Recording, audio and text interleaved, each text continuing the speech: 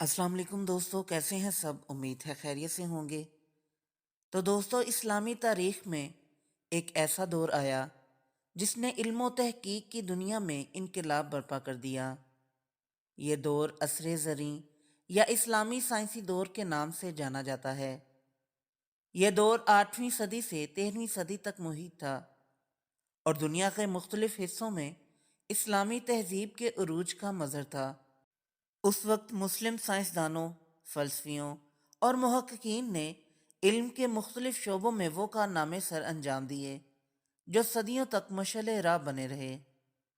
آئیے اسلامی سائنسی دور کے ان عظیم ہیروز کی حیرت انگیز کارناموں کی جھلک دیکھتے ہیں اور جانتے ہیں کہ انہوں نے دنیا کو کیسے بدل دیا۔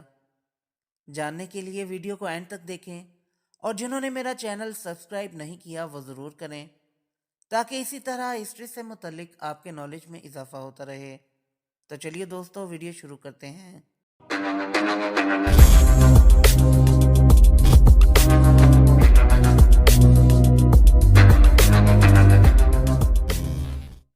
اسلامی سائنسی دور کا آغاز عباسی خلافت کے دور میں ہوا، جب علم و تحقیق کو خاص اہمیت دی گئی۔ بغداد میں قائم بیت الحکمت نے دنیا کے مختلف علوم کے تراجم، تحقیق اور ارتقاء کا مرکز بن کر علم کی روشنی کو دنیا بھر میں پھیلایا۔ یہاں یونانی، فارسی اور ہندوستانی علوم کے تراجم کیے گئے، جن کو مسلم سائنسدانوں نے آگے بڑھایا اور نئے نظریات اور ایجادات پیش کیں۔ اہم مسلمان سائنسدان اور ان کے کارنامے۔ نمبر 1، ابو علی الحسن ابن الہیثم۔ ابن الہیثم کو فادر آف آپٹکس کہا جاتا ہے۔ انہوں نے روشنی کی شعاعوں کے انعکاس اور انکسار پر گہرے تجربات کیے اور اپنی مشہور کتاب کتاب المناظر لکھی۔ ان کے نظریات نے جدید کیمرے اور نظریاتی فزکس کی بنیاد رکھی۔ ان کا یہ کہنا کہ روشنی سیدھی لائن میں سفر کرتی ہے ایک انقلابی تصور تھا جسے آج بھی سائنسی دنیا مانتی ہے۔ نمبر 2، محمد بن موسیٰ الخوارزمی۔ الخوارزمی کو فادر آف الجبرا کے طور پر جانا جاتا ہے۔ ان کی کتاب کتاب المختصر فی حساب الجبر والمقابلہ نے الجبرا کو ایک منظم علم کے طور پر متعارف کرایا۔ ان کے کام نے نہ صرف ریاضی بلکہ کمپیوٹر سائنس اور انجینئرنگ میں بھی انقلاب برپا کر دیا۔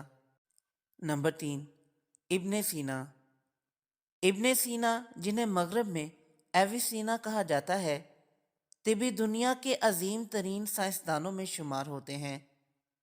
ان کی کتاب القانون فی الطب کئی صدیوں تک یورپ اور مشرق وسطیٰ میں طب کے میدان میں نصاب کا حصہ رہی۔ انہوں نے انسانی جسم کی ساخت، بیماریوں کی تشخیص اور علاج کے لیے سائنسی بنیادیں فراہم کیں۔ نمبر 4، جابر بن حیان۔ جابر بن حیان کو فادر آف کیمسٹری کہا جاتا ہے۔ انہوں نے کیمیائی عمل جیسے تقطیر، تبخیر اور تحلیل کے اصول دریافت کیے۔ ان کے تجربات نے جدید کیمیا کی بنیاد رکھی اور صنعتی کیمیا کو ممکن بنایا۔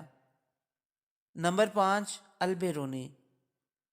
البیرونی کو زمین کی گردش، اس کے طول و عرض اور فلکیاتی پیمائش کے حوالے سے غیر معمولی شہرت حاصل ہے۔ ان کی کتاب کتاب الہند نے ہندوستان کی ثقافت، جغرافیہ اور ریاضی پر گہرے نظریات پیش کیے۔ نمبر 6، ابن رشد۔ ابن رشد فلسفے، طب اور فلکیات کے ماہر تھے۔ انہوں نے ارسطو کے کاموں کی تشریح کی، جس نے یورپی نشت ثانیہ پر گہرا اثر ڈالا۔ ان کے نظریات نے سائنسی اور فلسفیانہ سوچ کو نئی بلندیوں تک پہنچایا۔ نمبر 7، عمر خیام۔ عمر خیام کو فلکیات اور ریاضی میں اہم مقام حاصل ہے۔ انہوں نے جولین کیلنڈر کے مقابلے میں زیادہ درست کیلنڈر بنایا۔ ان کی شاعری اور ریاضی کے امتزاج نے انہیں تاریخ میں ہمیشہ کے لیے امر کر دیا۔ اسلامی سائنسی دور کے چند نمایاں خصوصیات جو یہ ہیں: نمبر 1، علم کی ترقی۔ سائنس اور فلسفے کو مذہب کے ساتھ ہم آہنگ کرتے ہوئے تحقیق کو فروغ دیا۔ نمبر 2، بین ثقافتی تبادلہ۔ یونانی، رومی، فارسی اور ہندوستانی علوم کو اسلامی دنیا میں شامل کیا گیا اور ان میں جدت پیدا کی گئی۔ نمبر 3، بیت الحکمت۔ یہ ادارہ تحقیق، ترجمہ اور نئے خیالات کا گہوارہ تھا، جہاں دنیا کے بہترین دماغ اکٹھے ہوتے تھے۔ نمبر 4، فلکیات اور طب میں ترقی۔ فلکیاتی نقشے، آلات اور طب کے جدید اصول متعارف کروائے گئے۔ اسلامی سائنسی دور کا اثر یورپ کی نشت ثانیہ پر گہرا تھا۔ مسلمان سائنسدانوں کے کام جیسے الجبرا، آپٹکس اور طب نے مغرب کو علمی ترقی کے راستے پر گامزن کیا۔ یورپ کے تعلیمی ادارے مسلم سائنسدانوں کی کتابوں پر مبنی نصاب پڑھاتے تھے اور ان کے نظریات نے جدید سائنس کو بنیاد فراہم کی۔ اسلامی سائنسی دور صرف مسلمانوں تک محدود نہیں تھا، بلکہ اس نے پوری دنیا کو علم کے خزانوں سے نوازا۔ یہ دور ایک پل تھا جس نے قدیم یونانی، رومی اور ہندوستانی علوم کو یورپی نشت ثانیہ تک منتقل کیا۔ مسلمان سائنسدانوں کے کام، تراجم اور نظریات نے مغربی دنیا میں جدید سائنس کی بنیاد رکھی۔ ان کا اثر آج بھی دنیا میں محسوس کیا جا سکتا ہے۔ مثلاً نمبر 1، جدید سائنس اور طب پر اثرات۔ مسلمان سائنسدانوں کی تحقیقات، خاص طور پر ابن سینا اور الرازی کی طبی کتابیں صدیوں تک یورپی یونیورسٹیوں میں نصاب کا حصہ رہیں۔ الجبرا جیسے الخوارزمی کی تحقیقات جدید ریاضی کی بنیادیں بنیں، جو کمپیوٹر سائنس اور انجینئرنگ میں ناگزیر رہیں۔ جابر بن حیان کی کیمیائی اصول آج کے صنعتی کیمیا کے لیے سنگ بنیاد ہیں۔ نمبر 2، فلکیات اور جغرافیہ کی ترقی۔ البیرونی اور دیگر فلکیات دانوں نے زمین کی پیمائش اور گردش سے متعلق نظریات پیش کیے، جو آج کے جغرافیائی نظام اور خلائی تحقیق کا حصہ ہیں۔ مسلم فلکیات دانوں نے ستاروں اور سیاروں کے بارے میں جو نقشے بنائے وہ جدید دور میں بھی استعمال ہوتے ہیں۔ نمبر 3، جدید تعلیم پر اثرات۔ بیت الحکمت اور دیگر تعلیمی اداروں نے ایک ایسا تعلیمی ماڈل متعارف کرایا جو علم کے مختلف شعبوں کو ایک دوسرے کے ساتھ ہم آہنگ کرتا تھا۔ یہ ماڈل آج کے جدید یونیورسٹیوں کے لیے ایک بنیادی تصور فراہم کرتا ہے۔ نمبر 4، ٹیکنالوجی اور صنعت کی بنیادیں۔ مسلمان سائنسدانوں نے جو آلات ایجاد کیے وہ یورپی انجینئرنگ اور صنعتی انقلاب کی بنیاد بنے۔ ابن الہیثم کی آپٹکس پر تحقیقات نے کیمرے اور مائکروسکوپ جیسے آلات کی تخلیق کو ممکن بنایا۔ اسلامی سائنسی دور کی روشنی کئی صدیوں تک دنیا کو منور کرتی رہی، لیکن بدقسمتی سے یہ عظیم دور بھی زوال پذیر ہوا۔ اس زوال کی کئی وجوہات تھیں، جن میں سیاسی، سماجی اور مذہبی عوامل شامل تھے۔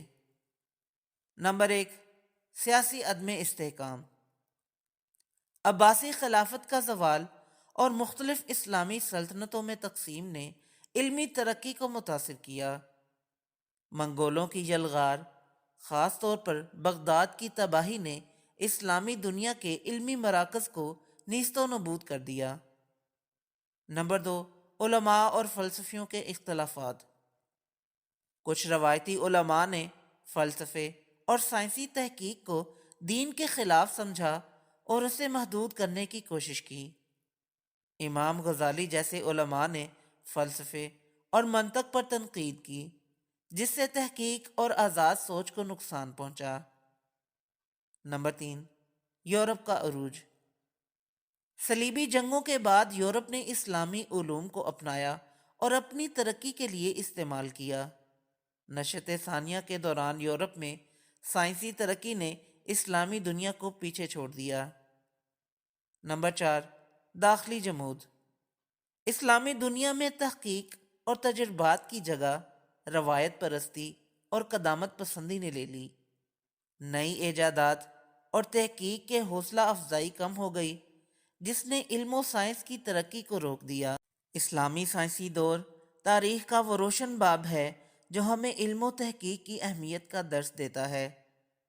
یہ دور نہ صرف مسلمانوں بلکہ پوری دنیا کے لیے مشعل راہ تھا۔ مسلمان سائنسدانوں کی محنت اور تحقیق نے دنیا کو یہ دکھایا کہ علم اور تحقیق کے ذریعے انسانیت کو ترقی کی نئی راہوں پر گامزن کیا جا سکتا ہے۔ آج ہمیں ضرورت ہے کہ ہم ان کے نقش قدم پر چلتے ہوئے علم و تحقیق کو اپنا شعار بنائیں اور ایک بار پھر اسلامی دنیا کو علم کا مرکز بنائیں۔ تو دوستو، یہ تھی آج کی ویڈیو پسند آئی ہو تو لائک ضرور کریں اور میرے چینل کو سبسکرائب کریں۔ پھر ملتے ہیں ایک نئی ویڈیو کے ساتھ، تب تک کے لیے اجازت دیں۔ اللہ حافظ۔